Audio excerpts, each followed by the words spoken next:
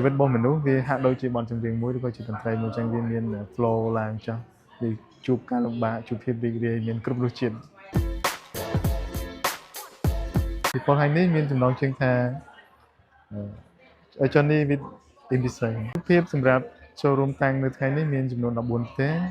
ហើយមូលហេតុដែលដាក់ចំណងជើងនេះដោយសារពីពណ៌នេះផ្សារភ្ជាប់ទៅនឹងដំណើរជីវិតសិល្បៈរបស់ខ្ញុំទី1សម្រាប់ស្នាដៃទាំងអស់នេះពាក់ព័ន្ធទៅនឹងជីវិតនៅជនបទផងដែរមានជាក្មេងគឺគោជីវិតជាកសិករហើយមួយទៀតផ្សារភ្ជាប់ទៅនឹងតន្ត្រីខ្មែរដោយសារតន្ត្រីមានទំនាក់ទំនងទៅនឹងជីវិតខ្មែរយើងតាំងពីដើមរហូតមកដល់បច្ចុប្បន្នសម្រាប់ខ្ញុំផ្ទាល់តាំងពីក្មេងមកខ្ញុំចាប់អារម្មណ៍ទៅនឹងតន្ត្រីដែរ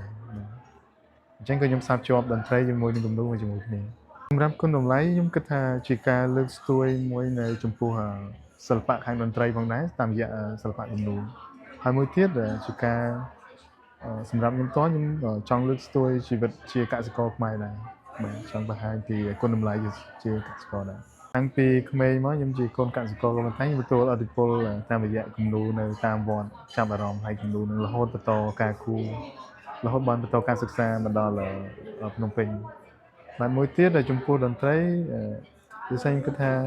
ខ្សែជីវិតរបស់មនុស្សវាហាក់ដូចជាបទចម្រៀងមួយឬក៏ជាតន្ត្រីមួយចឹងវាមាន flow ឡើងចុះវាជួបការលំបាកជួបភាពរីករាយមានគ្រប់រសជាតិប៉ុននេះ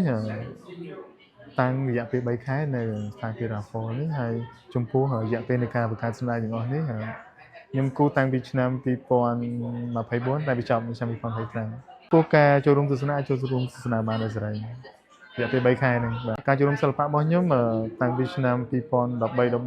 ញុំចូលរួមច្រើននៅក្រៅប្រទេសទាំងស្រុកខ្មែរដូចនៅជប៉ុននៅកូរ៉េត្បូងចិនវៀតណាម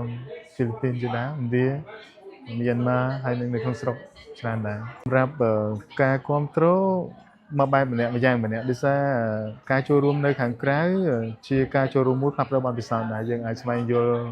ពីបរិបទសិល្បៈនៅស្រុកគេហើយនឹងស្វែងយល់ពីប្រកែកតំណតំណងជាមួយនឹងសិល្បករនៅខាងក្រៅហើយចំពោះនៅស្រុកខ្មែរយើងជាការចូលរួមផ្សព្វផ្សាយមួយធ្វើឲ្យខ្សែសិល្បៈមានការទទួលស្គាល់កាន់តែច្រើនហើយសម្រាប់ការសង្កេតផ្ទាល់របស់ខ្ញុំបច្ចុប្បន្នសម្រាប់សង្គមខ្មែរយើងឃើញថាមានការចាប់ផ្ដើមស្គាល់និងឲ្យតម្លៃសិល្បៈច្រើនជាងមុនដែរ